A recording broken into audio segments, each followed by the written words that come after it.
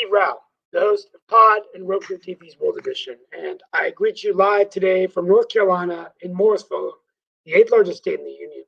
And I'm here today to open up our show once again, flying out of town. I've been living on an airplane this month and the next few months, but I've been going back and forth to DC almost every day.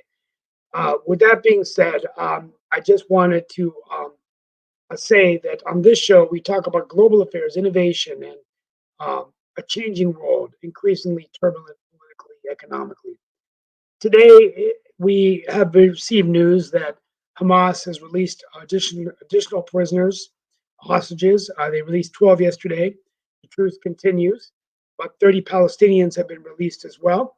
So this is good news that the war does seem to be, at least at this time, winding down. Secretary Blinken had been traveling over there, and we will be monitoring this situation very closely. 75 billion, that's the amount of aid that's been provided by the Ukraine from the United States, which is a lot of money. And we are really excited about talking about the two wars going on, how it affects our foreign policy. And speaking of foreign policy, who was the UN ambassador after being governor of South Carolina, Nikki Haley, who worked in the Trump administration as the UN ambassador, has been endorsed by the Koch brother machine, the Koch brother machine. And everyone's now talking, does she have a chance to gain some momentum and win this nomination and be the first Republican female to be a candidate for the presidency of the United States? But still hard to beat Donald Trump for the nomination. I probably missed out on some other major news.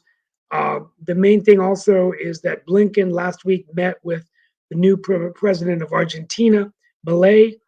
He also met with the IMF, and lots of moving targets going on as we continue to monitor a world that is increasingly difficult to just keep up with the news. And some of these issues we dive into in detail on world politics. With that being said, I'm going to bring in Mark Lee to take over the show. I'll be here for a few minutes till 10:30. Mark, thank you for joining me today, as always. No problem at all. And like I said, I see we've got Nick Palveda, and hopefully he'll be joining us, and others may be joining us later. But you did mention a story that is from your family origin country and everything. But the India tunnel rescue did take place, and all 41 workers were freed after being trapped over 2 weeks. So there was that Yarkand tunnel rescue, and rescuers used a rat mining process to get there and retrieve the workers, but they had been there for 17 days. I can only imagine what that torture would have been like to be in a mine for 17 days, but they were rescued and all in that space. So that was some good news coming out of India. And on some sadder news, I know a lot of people are into mindfulness and some of the mindfulness practices and all in that kind of way. And of course, one of those practices is yoga. And over there in France, a yoga guru was arrested because of alleged things going on with human trafficking. So yoga sect leader Gregorian Bavarero and his followers were arrested in France. He is a tantric yoga guru, and he's been charged with human trafficking. So that is something that may disrupt some of the folks that are into those kind of things and all along those lines, even though there are a number of gurus that are out there that practice yoga. But that was some bad news coming from that particular part of the world and all in that space. And there is wellness issues that are going on with Pope Francis. So Pope Francis has canceled his trip to the climate summit due to his illness and all in that way. So he got the flu and definitely canceled his trip to the UN climate conference on doctor's orders after he got the flu. So definitely he's saying that, well, an ailing Pope Francis told the public he's better than a day earlier, but his aides, has aides read speeches, and definitely does look like he has canceled a couple of trips and all in that way. So definitely our hearts go out to him, and hopefully he will be getting better and all in that way. So apparently folks are thinking about this COP28 climate summit, and definitely there's going to be whole kinds of conversation around money, oil, and carbon. So that's definitely something that'll be going on. And apparently the COP28 president says that there is a deal to keep 1.5C hopes alive. And that is within reach. So a number of people, I guess, are concerned about the nature of the climate and all in that space. And definitely one of the people that we sometimes talk about, and maybe other folks have some thoughts around this as well, but Turkey's Erdogan has called Netanyahu the butcher of Gaza. So he was having some not so favorable things to say about him.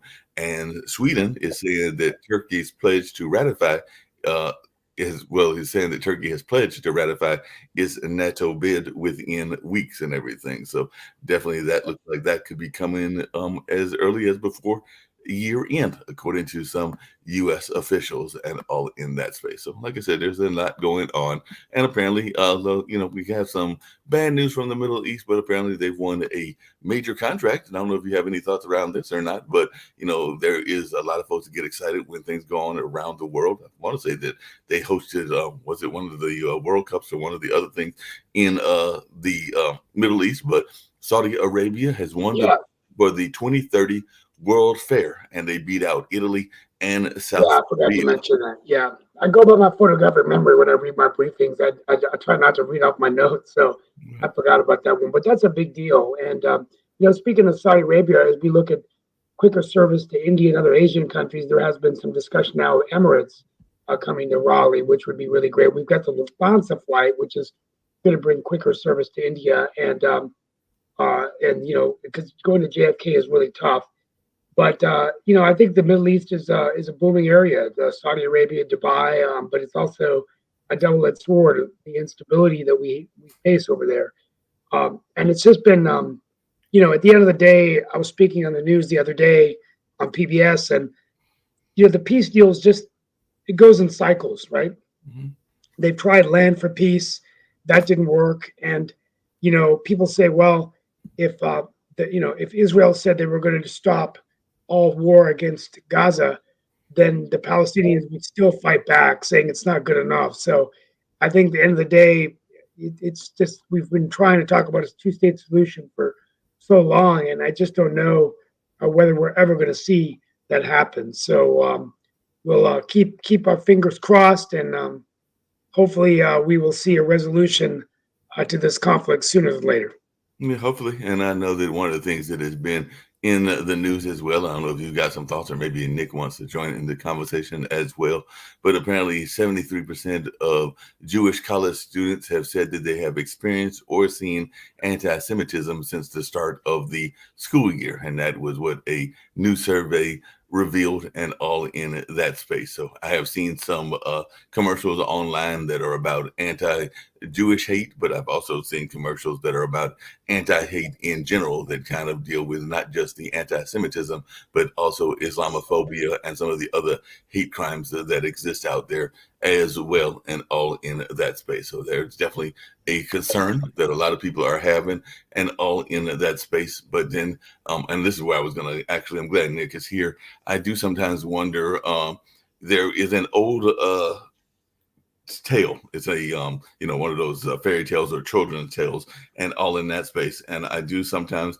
wonder, there's that kind of, I won't say mob mentality, but that mentality of do you see every aggression? And we've talked about it before, even with sexual aggression. If everything that is deemed to be a microaggression is actually a microaggression, is everything that is said to be anti-Semitic actually anti-Semitic, or are sometimes people being overly sensitive? I think that I mentioned recently that I had a conversation with one of my dance teachers, and they were telling me about an incident here in Durham with their son and everything, and he was being accused of having harmful touches or inappropriate touches, and all along those lines. And of course, the mother was defending her son, and the way she made it out to be, it was like some very simple mistaken touch, and all in that spaces. Might be some crushes going on, and some other things that were going on as well. So sometimes I do wonder how much of the accusations are actual true accusations, and how much of it is based on what the media has put out there, and all along those lines. So I'm not knocking the notion of anti-Semitism. I think that it is a very real problem, just like I think hate crimes in general are a real problem. But I do sometimes wonder, and you as a lawyer might have some thoughts around that, as to whether it can sometimes be the easy excuse for whatever might be going on. So like you say, you're Jewish American and somebody says something negative to you, do you automatically take that as being anti-Semitic? So that's just my thoughts, because I think we might see a lot of cases where there are people going to the courts, and some of the cases may be based on fact and actually win those cases, and some of them may be dismissed because of they don't have enough evidence. But I was just wondering your thoughts, Nick, as you are an attorney. Good. By the way, it's a good question, Mark. I mean, the whole theory of legal practice is to ferret out the truth. And if you talk to any attorney and they say, "Do your clients ever lie to you?" They'll laugh, because it's almost like they always lie. I mean, but not necessarily. But quite a few of them have real problems with veracity in general. And so the whole theory of the legal profession is to somehow ferret out the truth. And some cases are difficult. I'm seeing these sexual harassment cases now coming forward. 30 years ago, he said, she said, and then they say, well, if you have multiple people that are she said, then it should be correct. Well, that's not necessarily true, but I'm just saying that you do tend to see a lot of embellishment that goes on. Sasha may have some other thoughts, since he had to grow up in this wonderful Soviet Union, and apparently he decided to leave and then to come to Canada. By the way, I thought that was the right choice. At first I'm going, why should come to the United States? We have a bigger economy and all this other garbage. But fact is, Canada, at least on the rankings, gets a better placement than the United States for whatever reason. A lot of it has to do with less violence, a health system that's not out of control. And I mean, these are things that Congress needs to deal with, Steve, when you get up there. And I might be up there in 2 weeks to testify in front of the Department of Labor about their fiduciary rule. Okay. And every time I talk to the congressman, I also want to remind them, since they don't seem to get it, they have a $34 trillion debt that is outstanding, and they plan to increase it another $2 trillion this year, plus interest on the debt. And they need to get their financial house in order. Until they get their financial house in order, they got to stop all this, hey, feel-good spending. And feel-good spending goes on every day in Washington, D.C. And I'm sorry, I'm totally against spending $50,000 a person to have internet service provided in Overland, Kansas, or somebody who doesn't get it. That's not the job of the American government. The American government's first job is national security. Second job is to get their financial house in order. And if they're not doing their job, and the Department of Labor is not doing their job with this fiduciary rule, they need to look and see what they're doing. And I've yet to see one person who works for the government said, our goal is to put ourselves out of business. By the way, it should be their goal. In other words, we don't need a Department of Labor if people would manage themselves properly. Unfortunately, you and I know that's not true, so we have one. But we don't need one that is the 8th largest private company in the United States. Come on, and it wouldn't be bad if the budget was balanced, but the budget is not balanced, and the American people are being lied to continuously by the press and by Congress by not bringing this forward to the American public. The only guy who does it is David Walker, and everybody else is like, yeah, David does bring it up quite a bit and everything. Before Steve disappears and all of that, Steve did mention a story that has been very much in the news recently and all along those lines. And I'd love to hear everybody's thoughts around this, because he mentioned, I think it was on Monday, and apparently they are closed now for the 3rd day in a row, the notion of gun violence. And of course, we did have that incident here in Raleigh, North Carolina, and all of that space. So that's the town one over from where I'm at, and you are as well, Nick, that being Durham and everything. But ironically, I had a cousin that used to be the associate athletic director at that particular school, Southeast Raleigh. He's now at a private charter school, so he was just sending his wishes of support for those people that were dealing with that very tragic incident at that particular school. But whether it's Raleigh, whether it's places in California or a number of other places, we are seeing a lot of folks that are able to have accesses to guns. And even Lee Newton Rhodes has put it, it doesn't always have to be gun violence, because I think there was an incident in Kentucky where there was an axe wielding woman that was definitely causing a lot of havoc. And I know that there have been nice incidences as well. So I just want to know y'all's thoughts around the accessibility of guns to our young people and all in that space, and if this gun control issue can ever be handled and everything, because they know it's a shame that a 14, 15, or 13-year-old can actually get their hands on a gun and cause these kind of incidences. But what's Well, I mean, in Raleigh we had a knife stabbing, and Yeah, you we know had a the, knife stabbing. Yeah, the I school heard board about here is looking at, how do you prevent people from bringing in knives? Or are they going to have to bring in clear casing? Are you going to have metal detectors?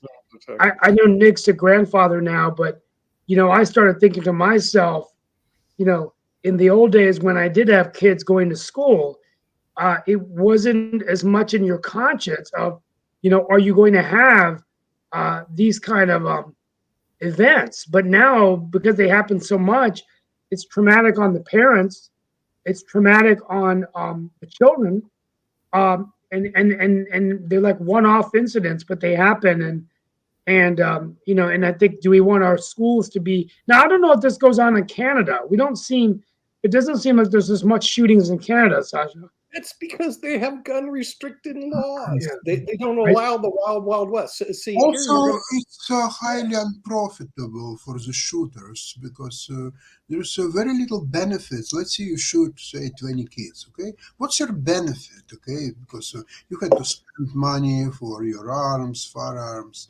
the bullets, and hiding and car, and it's highly risky because, first of all, you can be killed by police. You can be, obviously, you will be detained most likely.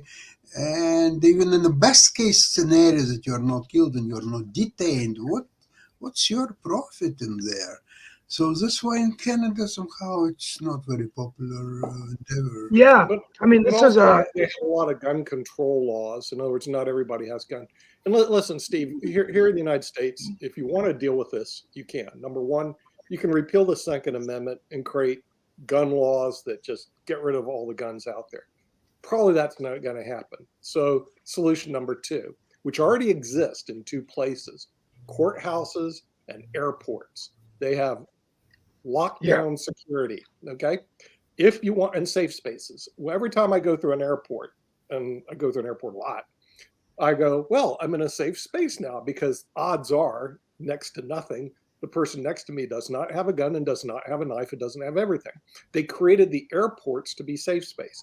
If you wanted to, you could do that with our schools. No, hold on a second. But Nick, I gotta no, hold on a second, Nick. I gotta push back on something that you're saying and everything. One, I wanted to apologize because that incident in Raleigh was the one that Steve was talking about. It was actually the knife incident. It was not a gun incident, and all in that space and everything. Yeah. One of the things that happens is two things, and I don't know y'all's answer to this, but most schools that I am aware of do have actually resource officers that are oftentimes members of the police force or the sheriff force that are actually in these departments. I don't know about Southeast Raleigh. I'd have to check with my cousin and others, but I do know that they exist here in Durham. They exist here in Raleigh, and that doesn't stop the kids from bringing knives or bringing guns or a number of other things. And the other things is, don't we actually have to listen to the parents? Because apparently, even in this incident in Raleigh, and I think even some of the bigger incidences that we've heard about, like Columbine and like even Dylan Roof when he had that attack on the church, there were a number of people that had seen the signs and warned people of what was going on. As a matter of fact, the mother there in Raleigh had said that she had warned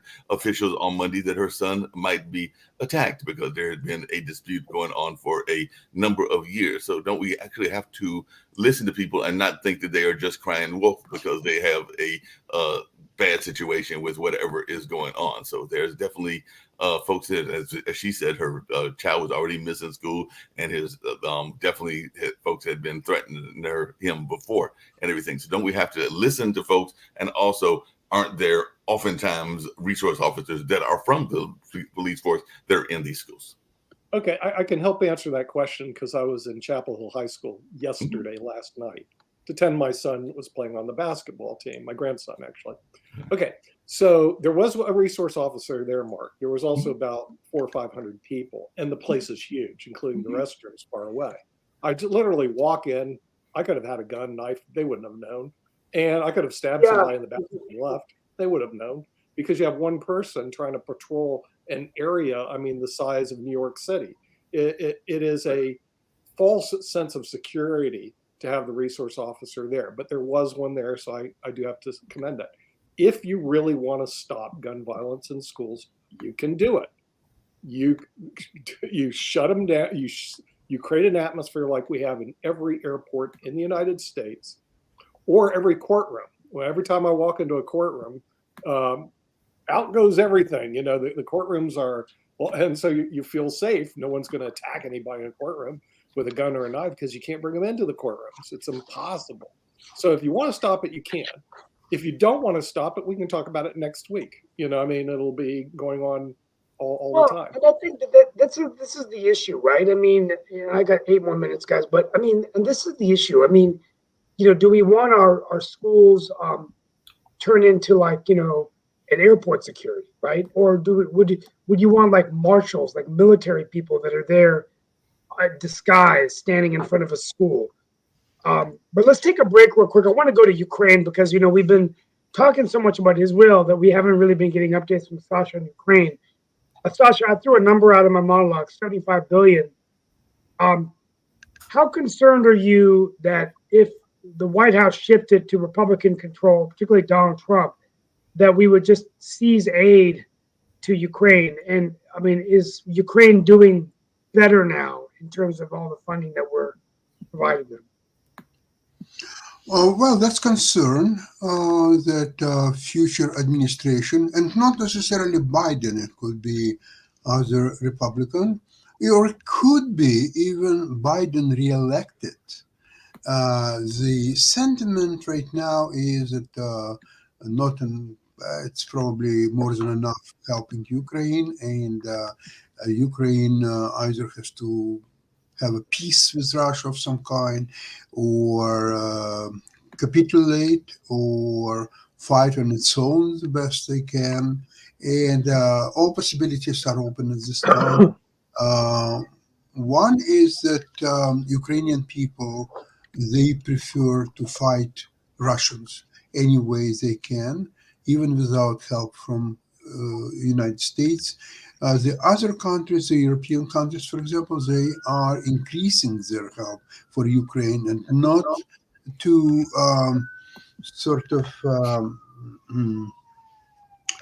cover for absence of help from U.S. Although I shouldn't say absence; it's just decreased lately. Okay, now the Germany now made and published a new study of its own security issues for the next few years ahead. They calculated that if conflict in Ukraine will develop in its present stage, when there is a stalemate of some sort and it's unclear which way it will go, they have 3 to 7 years of the more or less secure situation. 3 to 7 years sounds like a lot, but trust me, it's not a lot, because Ukrainian war is already almost 2 years old. So 3 to 7 years. And what's happened is that they have to really build up their military machine to withstand the possible conflict with Russia. Now, if Ukraine will have some kind of a armistice or peace, or even capitulate to Russia, then that window of 3 to 7 years shrinks to 1 to 3 years. In this case, Germany will be completely unprepared for Russian invasion. And if Germany is unprepared, what you can say for the rest of Europe? What, France is such a big military machine or anything? I will tell you that Israel army is by far stronger than either French or German or any European army. So in this case, they have maybe 1 to 3 years, because Russia, after finishing with Ukraine one way or another, the next comes Baltic republics, Poland, and after Poland, Germany is right there. Now, what Russian also discovered and demonstrated to all world, that they are now using a lot of weapons from the Second World War. They're using this famous T-34 tanks. That was a very potent weapon in during Second World War. They're using it right now, and they're still Right. they can still kill people. They And can- so we're yeah. gonna solve the Germans. Hello, do you remember Hello. T-34? Do you remember 1945? Right. We can do it again. Hello, That's- bye bye. Hey, speaking Folks, of I'm which, gonna. I've got. Thank you for that answer. I'll be back tomorrow after the next another few weeks. My schedule will return back to normal. But I no, want to that's no thank you all problem, for Steve. We allowing me. can definitely maintain everything. But before you leave, I did have a quick question for you and everything, but I definitely Yeah. want to hear from Nick as well. And this is coming back to world issues and coming back to that lovely former president and everything, that being Donald Trump and everything, but definitely campaigning in Iowa. He has looked at the notion, because he's seen some cities that are problematic because of their crime and everything, New York and Chicago being one of them. And he has floated this idea of using the military to quell violence in these cities that he is thinking are problematic. So he's saying the next time he's not waiting. One of the things I did was let them run it, and we're going to show how bad a job they do. But we did that. We don't have to wait any longer. So he's definitely looking at this possibility of using our military to handle some of these what people might think as being problematic areas and all in that space. Apparently the last president to do this, and I don't think he's Sasha is a big fan of him, but apparently George H.W. Bush was the last one to use the Insurrection Act and all in that space, and that was back in 1992. So are we concerned at all that there could be tanks rolling down our cities that might be trying to maintain control even within the United States? So what are these folks that are here with me, thoughts around this notion of the military being part of the solution to crime issues in this particular country? So I'll start with you, Steve, since you're going out. Well, yeah, and I'm sorry once again. But anyway, I think that the issues we're facing in the United States are issues of national security, and I think it's perfectly within the authority of the United States military, whether that be the National Guard or military reserves, that they be leveraged on to keep our country safe. Because there's a war going on around the world, but we're also fighting our own internal war of fear and uncertainty, guns getting in the wrong hands, and who do we want to protect the people of our country? And I think I would feel more comfortable it being trained military personnel who are able to deal with emergencies and life and death situations on the job. We also have first responders, police, fire, those people could be leveraged as well. And it all comes down to resources. How much money are we willing to invest in our armed forces? How much money are we able to invest in our local police departments so that we can staff up and have security systems, and even security systems in schools? These are expensive ordeals. It's not like, we got to buy textbooks. We got to get these classrooms updated. We can't build enough schools where we're living in North Carolina because of the growth, at least in Wake County. So anyway, that's my answer to it, Mark. I mean, I think it's fine, and I just don't know how you would. National Guard has been deployed, in the past in this country, whether it's domestic violence and things like that. It's something that I think we need to look at. Whoever the next president is. Yeah, Nick, what is your thoughts? Thank you, guys. I'll see you tomorrow. See you tomorrow. Or actually, yes. Yeah, Nick, what's your thoughts around that and everything? And before we, if you want to answer that, I'd love to hear it. But I also was going to mention something else that Donald Trump said apparently yesterday as well. But apparently he did not swear, and he's even said it because it's part of his defense in the case in Colorado, where I think they're trying to get him off the ballot and everything. But he, his own trial folks have said that he never swore an oath to support the Constitution. I think that he said that he swore to preserve and protect, but never to support. So that's one of them cases of, I guess, semantics and everything in that space. So is this a problem? And will people even care that apparently he's basically said, hey, I never said I was going to support the U.S. Constitution. I think that his exact words were preserve, protect, and there was a third word in there as well. But part of his defense is... Who's playing these word games? Who was that again, Mark? Donald Trump. Oh, that guy's an idiot. I mean, what are you supposed to do? If he wasn't running against such weak opposition, he would win. He'd lose. I mean, and there might be a third party candidate. It might be Mark Cuban. It may be Mitt Romney. I think Mitt Romney or Mark Cuban, I'll have to do a poll on that, would beat Donald Trump today. In other words, be interesting to see, because Mark Cuban's selling his interest in the Dallas Mavericks, and he says he's no longer going to be on Shark Tank. But let me tell you, he'd be a better president than Donald Trump. I mean, that's pretty easy. And Mitt Romney, same thing, better president than Donald Trump. I don't know why they continue with that. In terms of the Democrats, you have Joe Biden and no one else. What? They can't line up a number two. Robert Kennedy is crazy and he's too old, so he's not going anywhere. It's very, very sad to see how.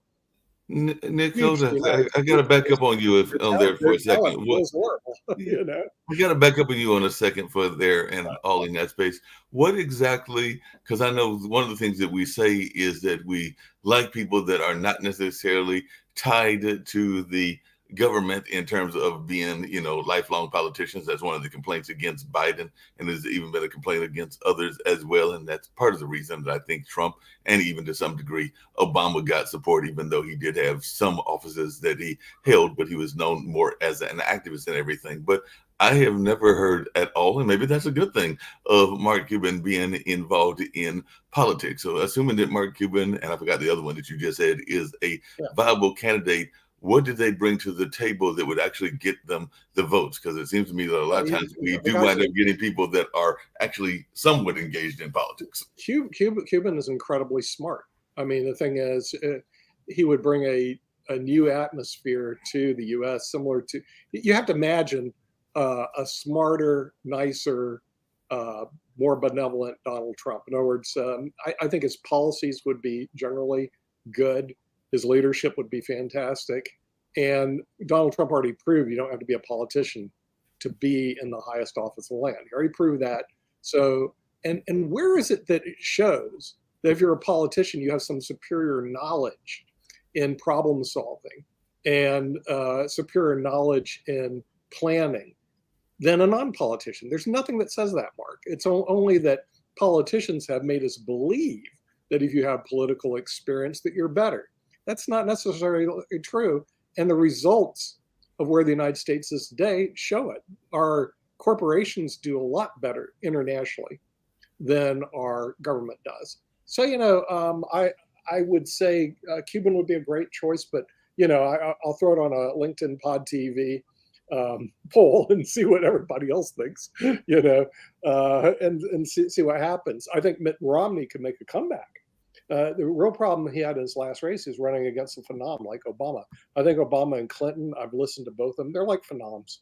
They're once in a who knows how long you'll see somebody like that. They're smooth, articulate. They don't make mistakes. It's like handing it to a quarterback who doesn't commit an error. And that's a tough one. And of course, you could argue Clinton stumbled with Monica. But other than that, the guy was incredibly smooth in front of a television set and being able to articulate his positions to the American public. And Obama was the same way. So Romney ran against the wrong person, to be honest with you. In other words, he needed to wait and run against the right person, which is Joe Biden. Joe Biden is not smooth. Joe Biden is not a great politician. Joe Biden is not good in front of a television set. Joe Biden is old. Joe Biden, his policies are long-term problems for everybody. And frankly, like what David Walker said, 62% of Americans don't want to see him in office. So you have a lot of he brings a lot of baggage, and the Democratic Party has not developed their team. They don't play as a team, obviously, because who's their number two person? In other words, where's their lineup of people that could take Biden's place? And they don't develop people.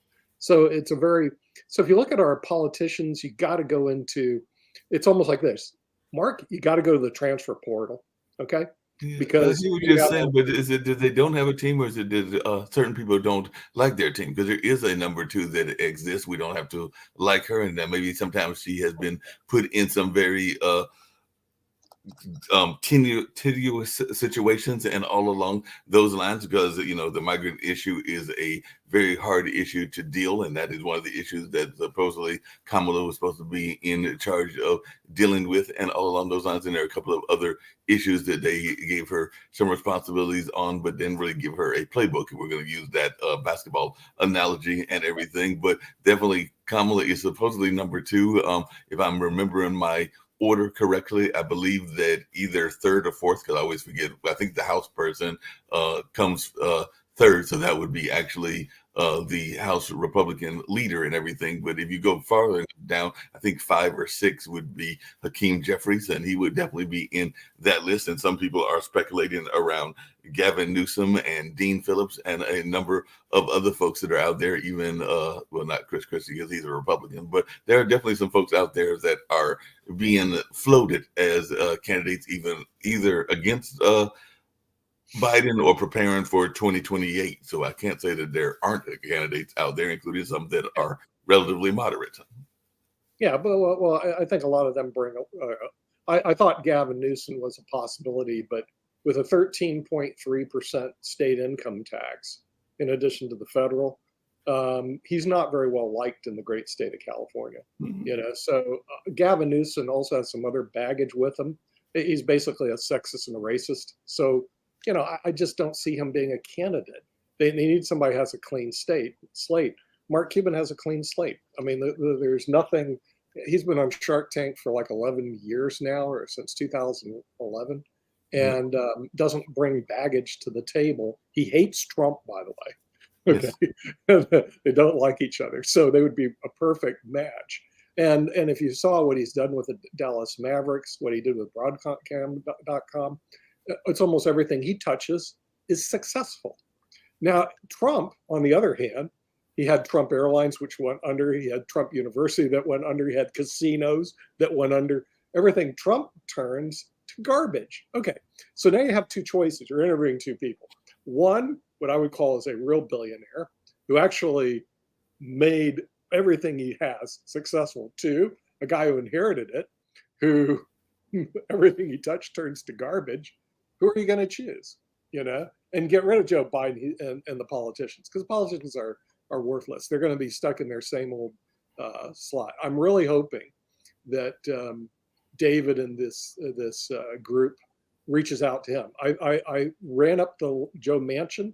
No one likes Joe Manchin except Steve, because they're from West Virginia. Okay, come on, and we'll run Mark Cuban in a poll. We'll see how he does, Mark. I mean, that's the only We'll thing. see how he does, and maybe he'll do well and everything. The Mavericks. That's pretty big. Hey, Sasha, I know that sometimes when there are coalition governments and other governments that exist in other parts of the world, sometimes they do a very novel idea. Sometimes it is because of force. Sometimes it's just because of the way that the votes happen and everything along those lines. I don't think that we could constitutionally do it.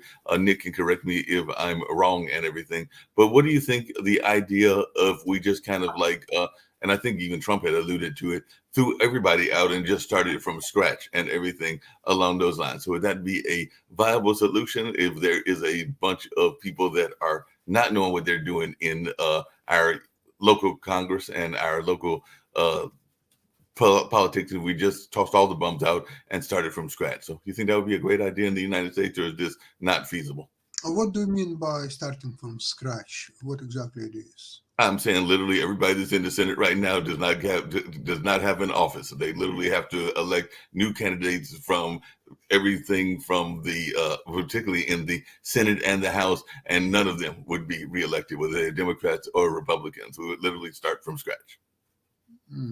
I can't figure out how it could be implemented. I don't think that this theory or this try or whatever it might be could work.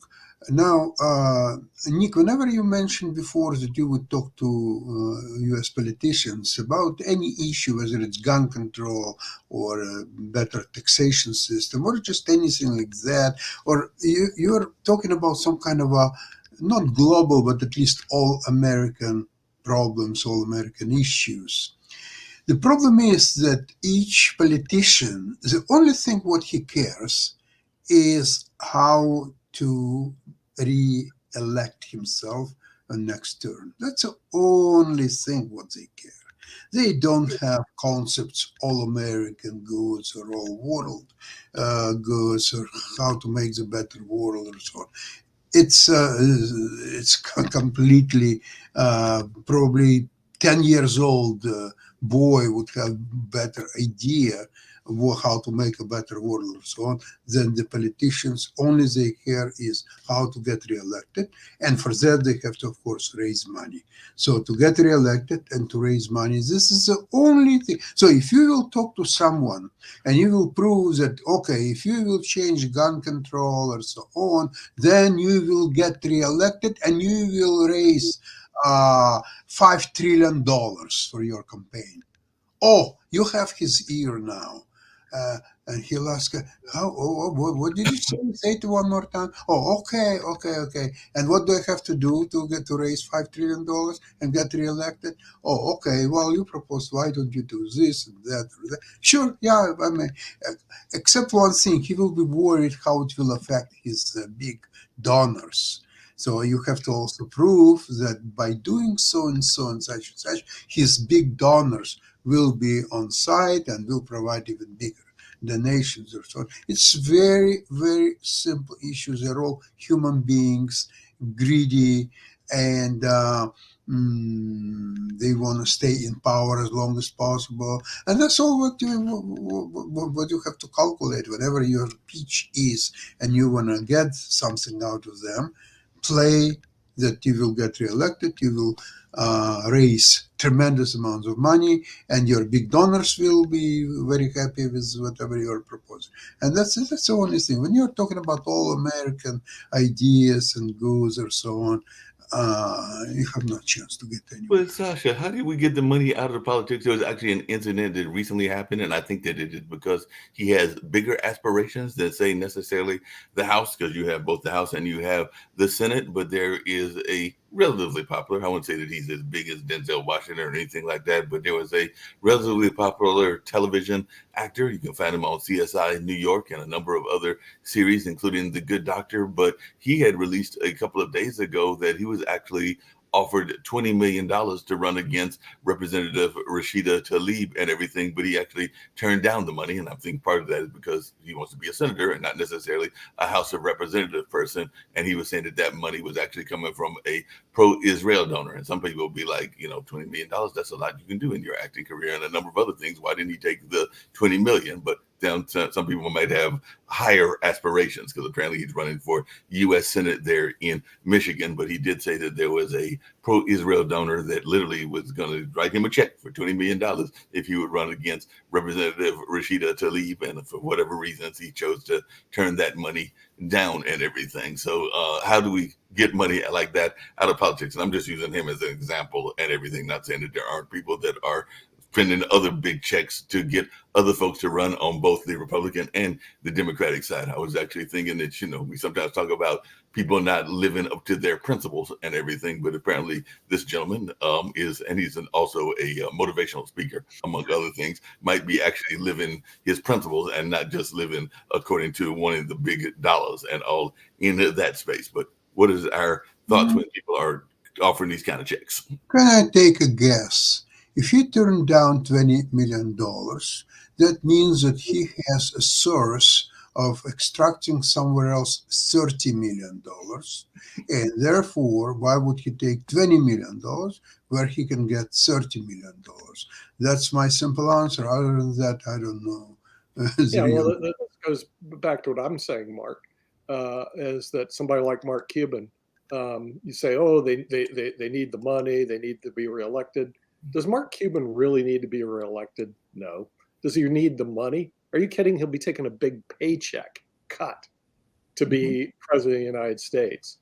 Does he need a bigger house? No. So the thing is, unfortunately, you have somebody like him who is a good decision maker, period, the end, full stop.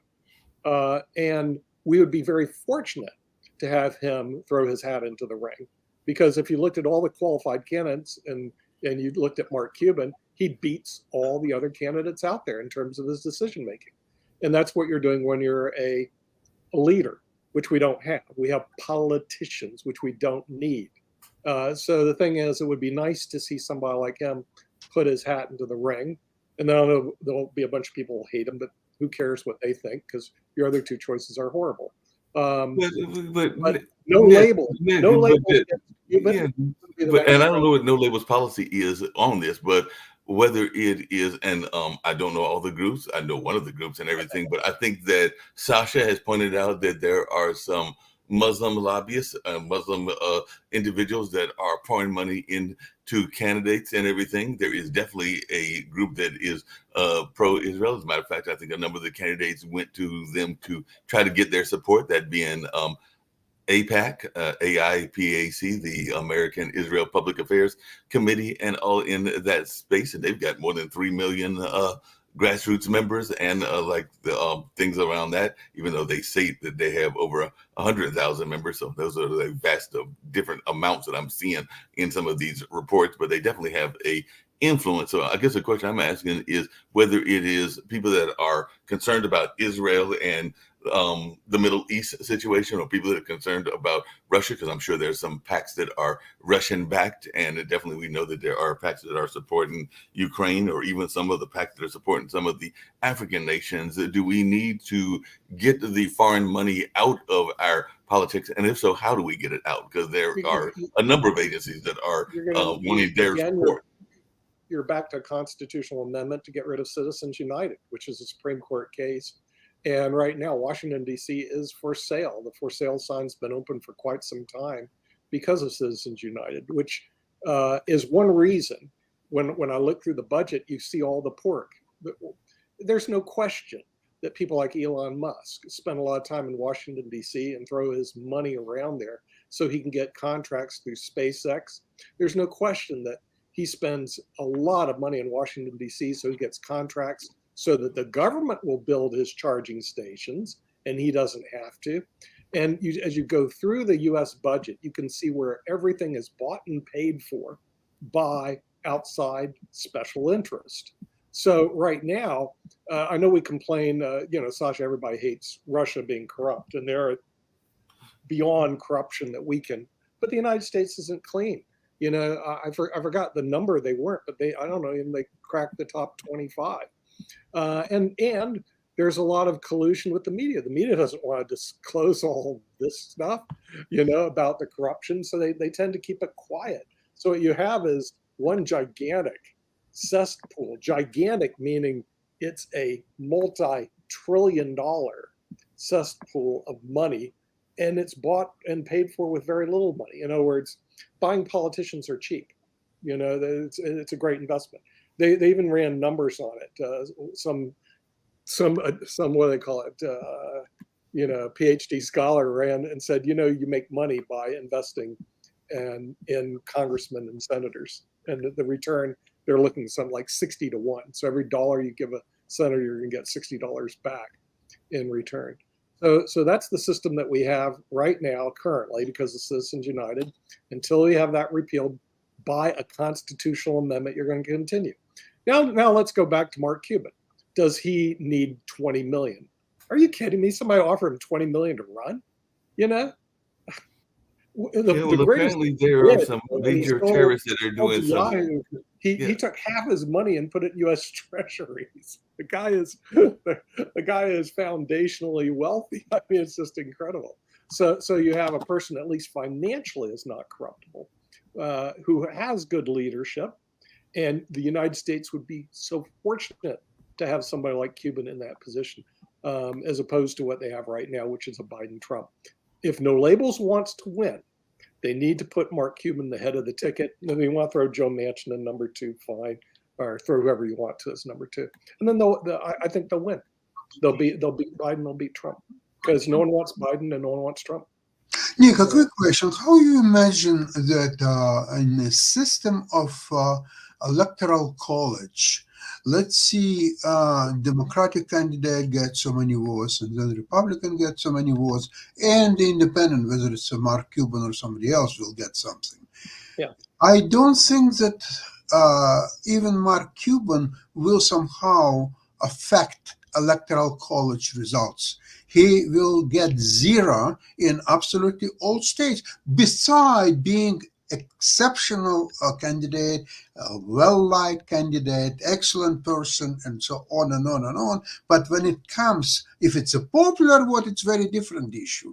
At electoral college, he has no chances. No third-party candidate. There is no chances. Ross No, but Perot, Sasha, okay, if I here's, remember here's correctly, evidence of that. hold a second. If I remember correctly, and like I said, I'm not being a apologist for what David Walker is trying to do and everything, but correct me if I'm wrong. But hasn't he said several times that they have to have a pathway to victory with the Electoral College before they would even enter a candidate, and all along those lines? So they have to figure out that they would be able to win the right amount of states in order to get the victory. And to your point, Sasha, they may not have that pathway to victory, and therefore it might be a moot point, and we may never see said candidates. But he has stated several times on this network, and I think even on some others that I've heard him speak, that they would have to have a pathway to victory in order to even run a candidate.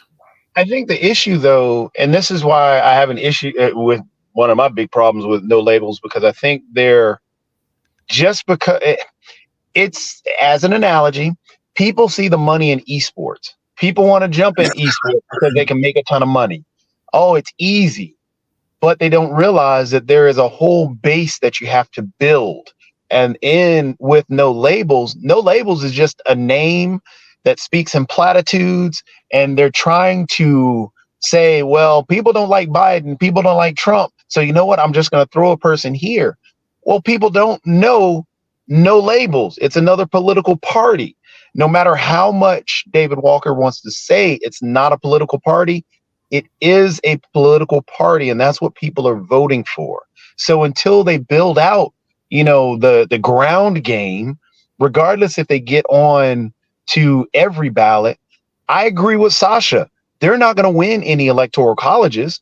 All they're going to do is siphon votes from one party or another, and that party is the Republican Party or the Democrat Party is going to end up winning the actual electoral college regardless. Because regardless, I mean, we're in the early vote stage. Sure, people don't like Biden. Sure, people don't like Trump. But that doesn't mean that, hey, we can just throw anybody up there and anybody's going to win. And that's the idea behind no labels right now. I would agree with you, but you're totally wrong. Because the thing is, if you look at a decision maker, which is a leader, and you look at Mark Cuban's record, let's look at it versus Joe Biden, for example. How is Mark Cuban? Again, you're just taking a random name against two people. I'm like taking Tom Brady and sticking him in as quarterback. No, you're not. And Tom Brady wasn't the greatest quarterback.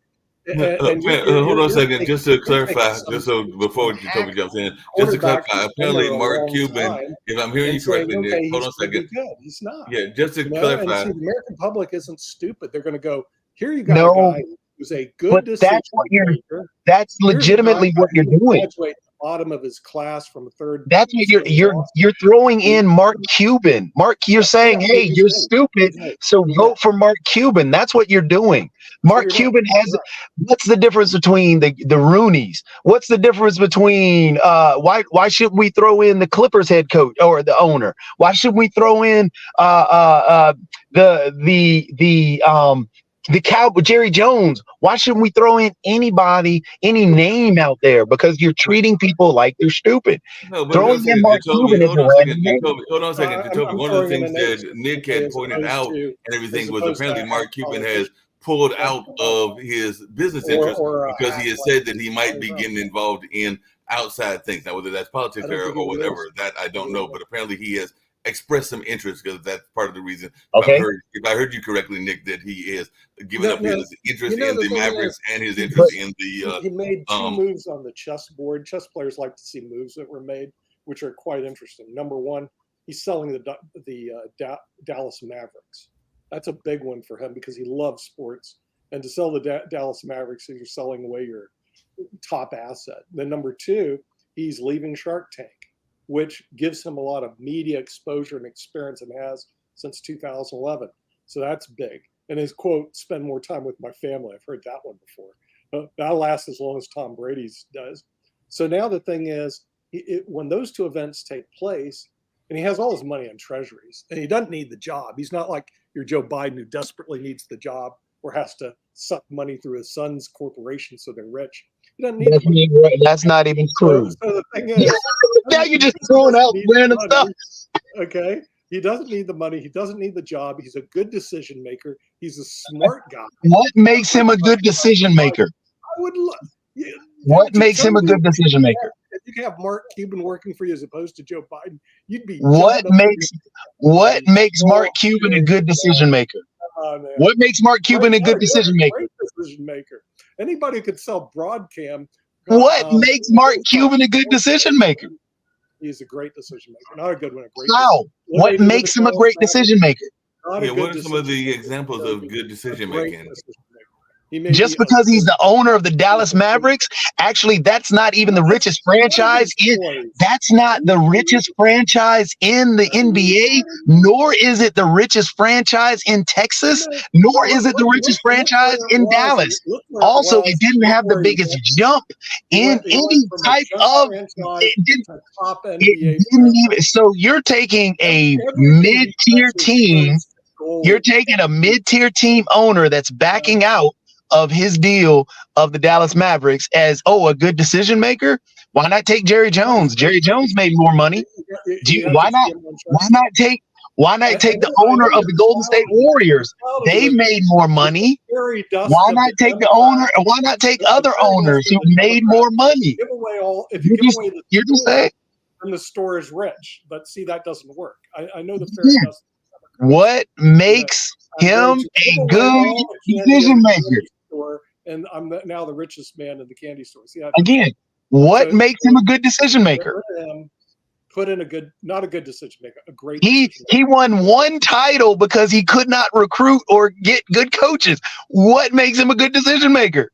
He's not the Tom Brady, even if you want to use that analogy, because he's won one title. He sells one for $4 billion. That was a great decision. Then he took half. No other owner has made billions of dollars. Okay, he's the only one. If you look what he does on Shark Tank, and I know this is business. So he's a TV show host. We just had one of those. He continually wins on Shark Tank. So he's a TV show host.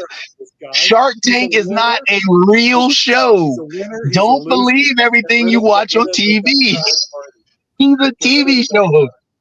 So a owner of a basketball team that isn't the richest team out there, an owner of a team that didn't make the most money. Toby, hold on a second. I got to back up on you on something you just said, because I'm trying to get. Hold on a second, Nick, as well, because I'm trying to get some clarity. Well, those business deals aren't real business deals that are on Shark Tank, because I thought that those were real business deals and real investments that they made those hosts, whether it is Mr. Wonderful or Mark Cuban or a number of others that have been on that show, even Damon Dash, I think it was one of the hosts and everything. So those aren't real business deals that they're doing. So you're telling me that a TV show like, the Golden Bachelor isn't real? These TV shows that they write for are real? So we should believe these TV shows, like Donald Trump was really a guy who told people you're fired, and he did that in real life. So these TV shows that are scripted are real. I got you. Okay, I got you. He became the president of the United States, my friend. Okay. No, I'm asking for our audience. Because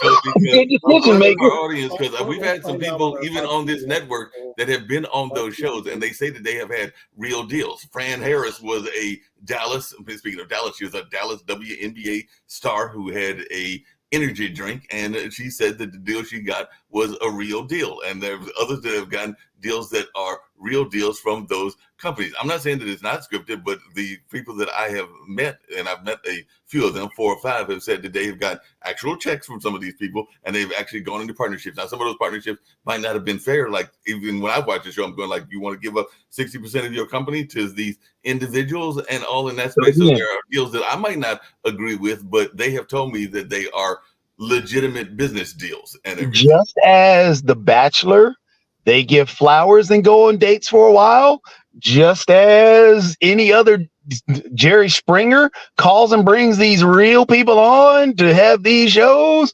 Yeah, if you really believe that what happens on TV is real when they say, oh, this is a reality TV show, I'm sure you fall for that as well. But yeah, sure, you can have the deals that they get from talking to the people because you get the connections and talk to them backstage and so on and so forth. That's a little different than being on TV because, oh, Mark Cuban said, oh, Donald Trump said. That's how Donald Trump became a president. The billionaire Mark Cuban, who won the NBA championship, said, then you're smart. Oh, so he's the only billionaire who owns a team and created a top TV rated show. Wait a minute. Oh, so everything he's this guy the only billionaire. I don't want him. Mark Cuban is the only billionaire. Now, this is brand new breaking news on Pod TV. Mark Cuban is the only owner of a team that is a billionaire. Mark Cuban. He's the only one that's a billionaire. I mean, the Buss family isn't billionaires, I guess. And I guess the Rooneys aren't billionaires, I guess. And the other individuals that Magic Johnson isn't a billionaire. But, only Mark Cuban is a billionaire. How many of these billionaires have their own TV show? They don't, do they, Jacoby? No. Dude, and that's the funny part is that you fall for TV as if TV is real. And the other billionaires are doing other things just because the Oracle of Omaha doesn't have a TV show. I guess the Oracle of Omaha isn't really a billionaire or a make smart decisions. Wait a minute. Hold on a second. Do we have a billion? Hold on a second. Do we have a billionaire shows that used to exist that I used to love watching even back in the 70s? Because correct me if I'm wrong, but wasn't Wild Kingdom sponsored by Mutual of Omaha? So wasn't that a billionaire that was running this nature program way back in the day and everything? So that's a show that I remember watching. That's what I remember watching was that they would have the whole notion of Mutual of Omaha being the sponsors of this as you went around watching tigers and whatever else they might have been looking at. All I'm saying is that the idea that the only billionaire in the NBA or the billionaire owner happens to be Mark Cuban is a fallacy. And the fact that, again, you're treating people as they're idiots because all you're doing is throwing in a name and a buzzword to get people to like this individual rather than giving the actual fact that the Buss family bought the team and actually made better decisions than Mark Cuban and won more championships. And actually, the owners of the Golden State Warriors made the team a lot richer and won more championships than Mark Cuban. And Mark Cuban, the only thing that he's known for in the NBA as an owner is crying. You're talking different things, dude. I'm talking about reality. Did Buss own the Dallas Mavericks? Did Buss own it? These are the Lakers. When did Buss own the Dallas Mavericks? Oh, when did? How many? Wait. You just said the Dallas. Okay, Jerry Jones. Jerry Jones won more championships than Mark Cuban, and he actually took that team to a higher level than the Dallas Mavericks ever could be. Versus a peanut. I mean, give me a break. And then another thing: what franchise in the NBA is worth the most? Decision maker, a person. What NBA franchise is worth the most? Your current candidate, who's unsuccessful at almost everything he touches, all he can do is spend things on credit cards. That's Donald Trump. Donald Trump, he's a failed businessman. The funny thing is, all the businessmen that you've thrown in as potential presidents, business presidents really have been some of our worst presidents, including the last one. So if you want to throw in a businessman, he may be the next one.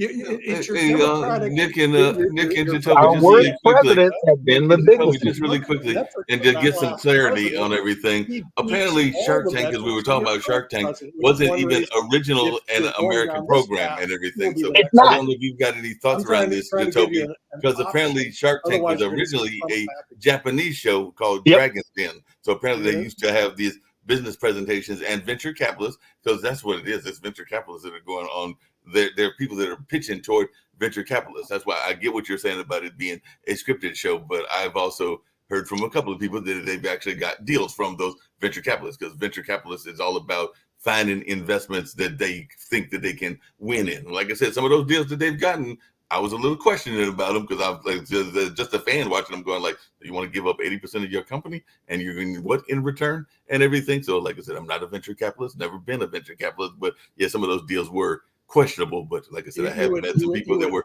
involved in that space. The ground that Mark Cuban walks on, if he actually throws his hat in the ring to become president of the United States, and get rid of the idiot who sits there right now, Mark Cuban would be a horrible president. Biden knows Mark Cuban would be a horrible president. Mark, you haven't, and the funny thing is, you haven't given anything. You haven't said anything. You haven't said anything about what a good decision is that Mark Cuban has shown you in the political realm, or even in policy realm. You haven't even shown anything of that. Well, the only thing he mentioned a cable deal. I don't know about that cable deal. So Nick, what was the cable deal that he did? He doesn't have $34 trillion in debt and adding another 1.7 trillion in debt. So here we have a known bad decision maker. Now watch this decision.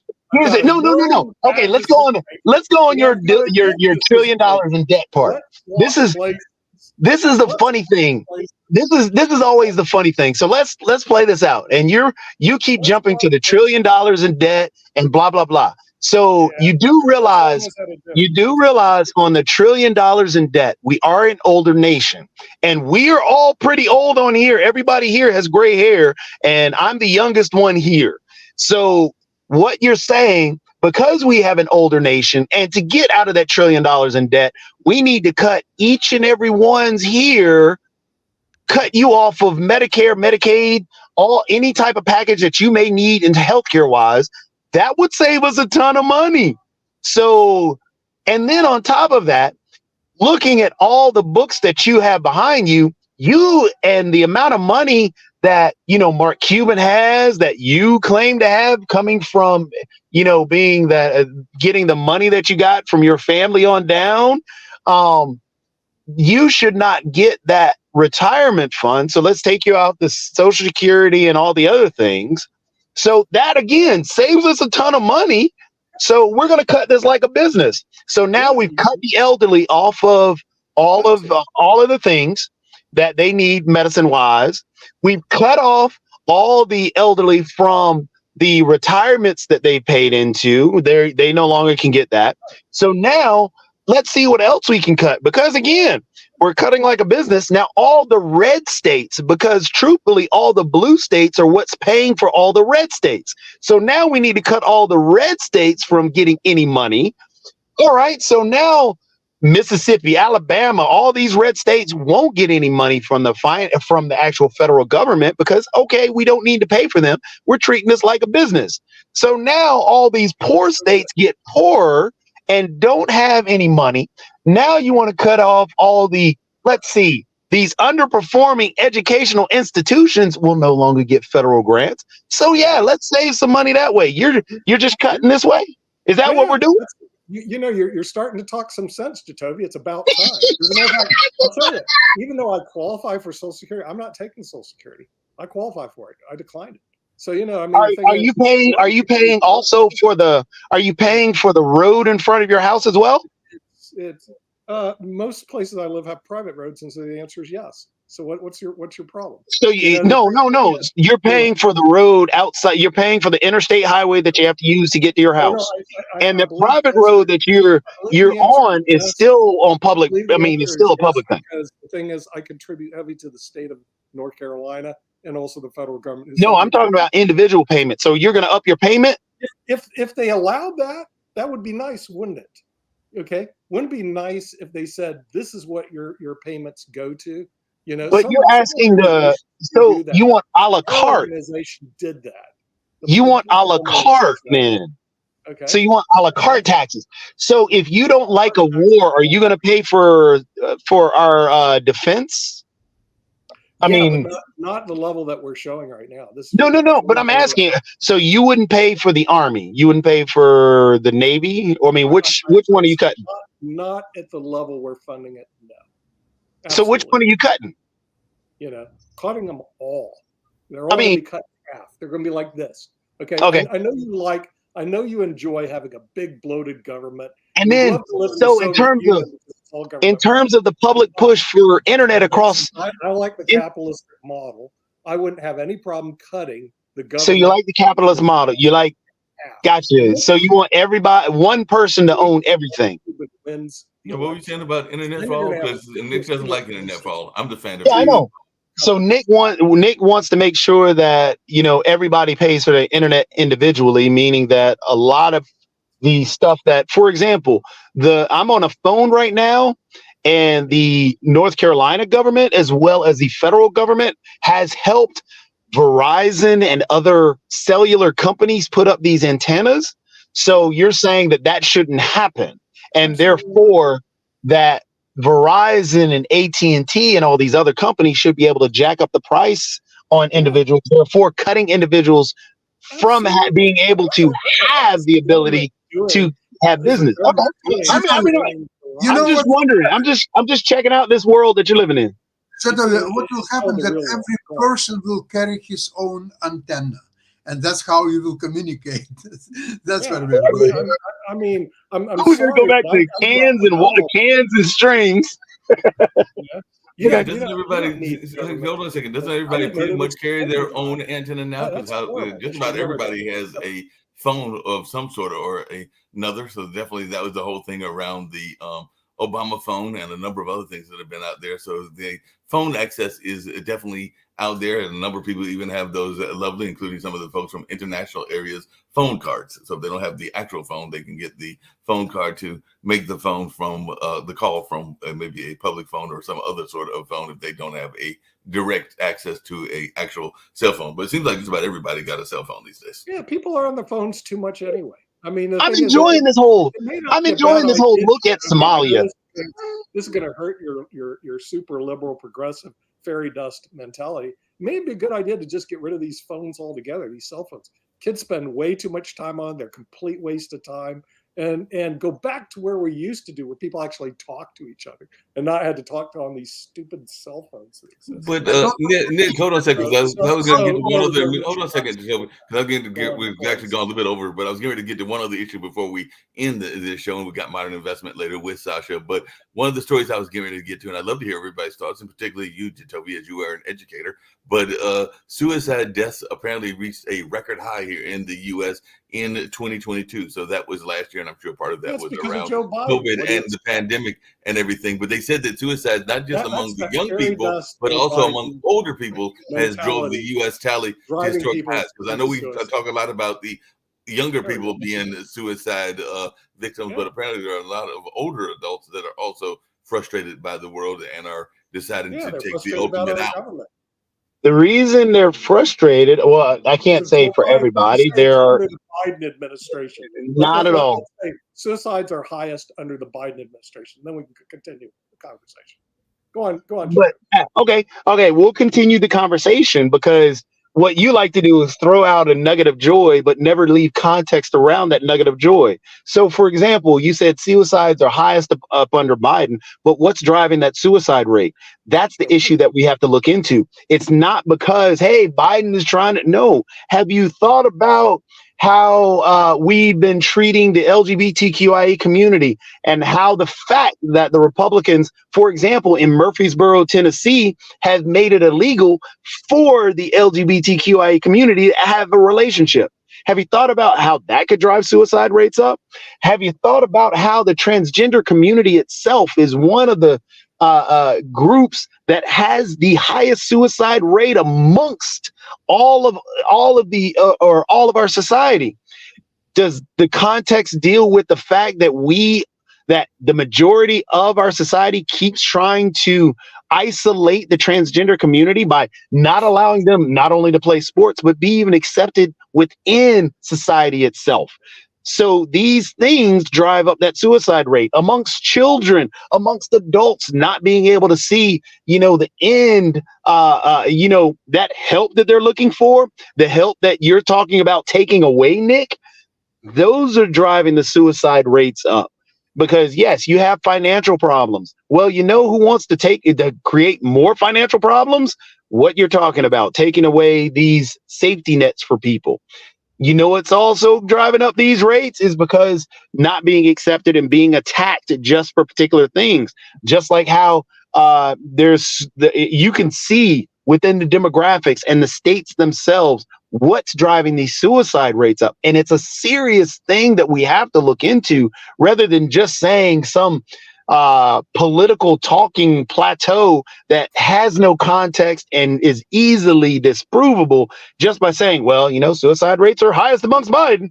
That doesn't answer anything or create a solution or find out the reason why.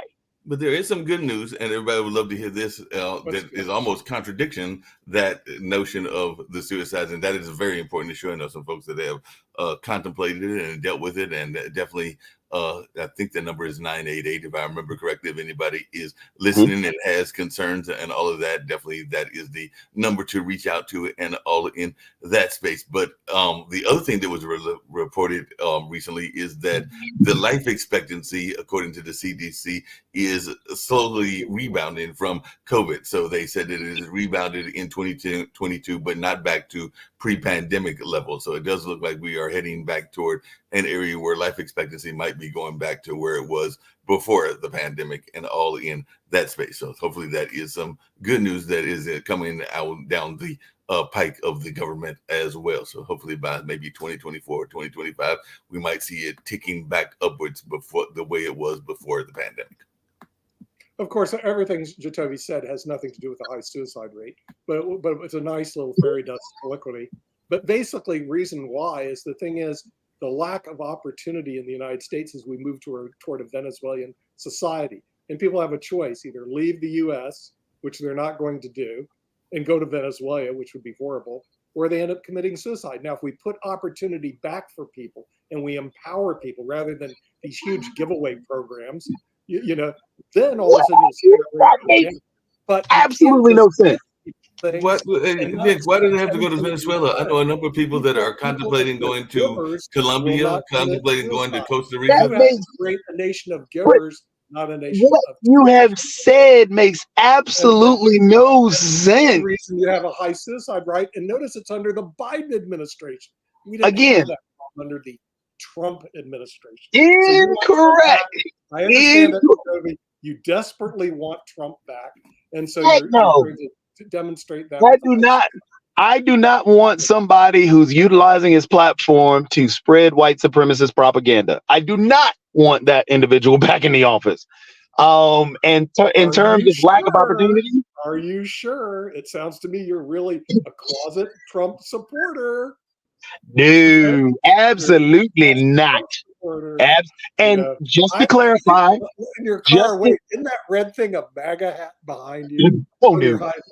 Oh no. And just to clarify, because I did say anybody who uses their platform to spread white supremacist propaganda, it's not a talking point. It is something that he did. He literally he retweeted white supremacists. That is a factual thing. The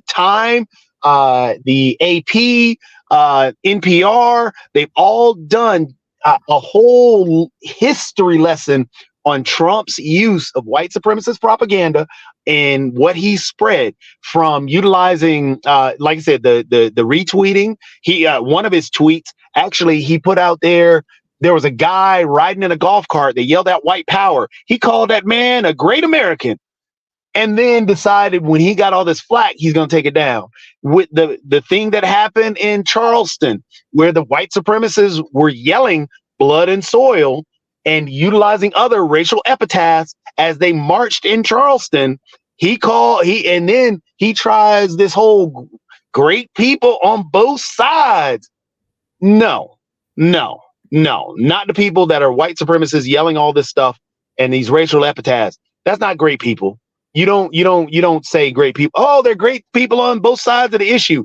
Well, if you look at actually what these they were chanting, no, again, that does not float. So again, that just to clarify, again, I'm not making it up. It's not a talking point. I don't like using the sensationalized things, but he legitimately did that.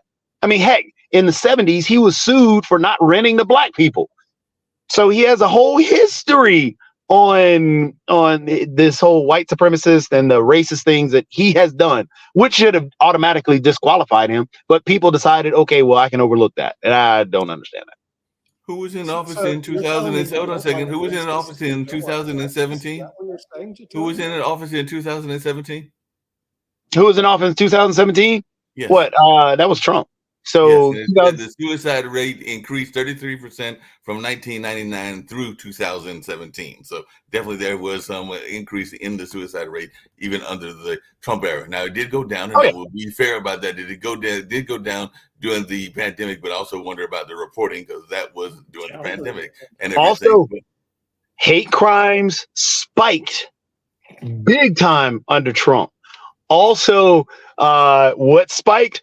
Poison control numbers spiked under Trump when he went out and talked about, well, you can use household cleaning supplies and some light to get rid of COVID.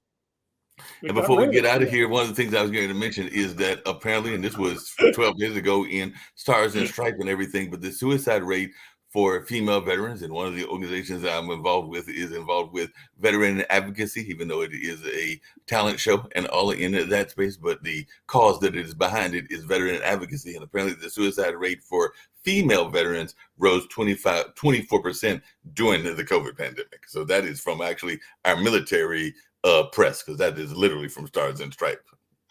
Right. So again, once again, the rise is due to the Democratic Party. No. We all know that it increased under the Obama administration. So we do know that. So the prior administration was lower. So that's I just said that it wasn't lower, that it was spiking even during the time that he was there and everything. Wait. You just see now this is why we gotta. Now you're younger than Trump, yet you just called Biden Obama. Really? Okay. So just point out he's doing the same thing. So and I don't want. I just point out you just did the same talking point, calling Biden Obama, because you wanted to talk about how the suicide numbers have gone up under Biden just recently, but then you just switched it over to the prior administration. What you're talking about the Bush administration now? Did it go up under the Obama administration also, Mark? I'd have to look it up and see what the suicide rate. But it looks like it was under. It looks like it was under several politicians. Because I said it was during times that both Republicans and Democrats were in office. And then if you want to talk about numbers going up and down, do you realize? And this is why it's the argument that you're making and trying to push the Democrat this and well, you know that the numbers that you like to talk about, your national debts and all these other things, they go down up under Democrat administrations and up under Republican administrations. Because who was the president in 2000? Who was the president in 2000? Good decision makers. So now you want to specify. Now you're going general into politicians. You need to it goes up under Republicans, down under Democrats. Up under Republicans, down under Democrats. No labels needs to come. I'm sorry. I can't. Again, just as I told David, I know you love the no labels, but I can't do it because all you are is just another political party speaking in platitudes and don't want to be nailed down to an actual policy because you're afraid that if you get locked into a policy, you'd have to talk about that policy. So until you can talk about a policy, I know we're going to wind down, but these are some very scary numbers, by the way, because in 2021, 48,183 people died by suicide in the United States. That is one death every 11 minutes, and 12.3 million seriously thought about it, and 3.5 million adults made a plan and Yep. 1.7 attempted it, and all along those lines. So those are some scary numbers that are out there and have been out there for a while and everything. So like I said, Very 988 if people are having these thoughts and all in that space, but it is a very serious problem. And apparently firearms, because we were talking about guns earlier, are the most common method used in suicides, because firearms are used in more than 50% of said suicide. So definitely it is a issue that a number of folks are concerned about, and has been increased 37% between 2000 and 2018. So like I said, that is under both administrations, meaning Republicans and Democrats. So in my mind, it's an issue that needs to be addressed and dealt with. Yeah, it's a It's bipartisan a huge issue, and party would address. we need support. No labels. We man. need.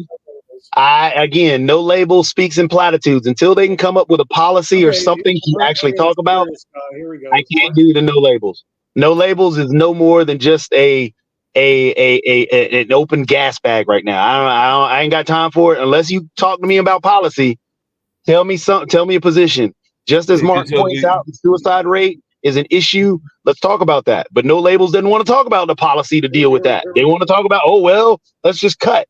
That doesn't do anything for me. That doesn't help me at all. Yeah, Jacoby, before we get ready to get on out of here and everything, I was actually going to find some papers and find some interesting notes and everything. So if I submit an application, because I know that I agree with you, it is a TV show. It is a scripted TV show. But like I said, I have met a few people that have been on the show, and I know that you're trying to get your e-center going and everything. So if I apply for you to be on the Shark Tank or one of those other shows, you won't appear and you won't take their money if they give you the money and all in that space, even though it might be scripted. I just want to make sure that I'm understanding this clearly, because I was going to go find me some paper and send an application for you here, just over here.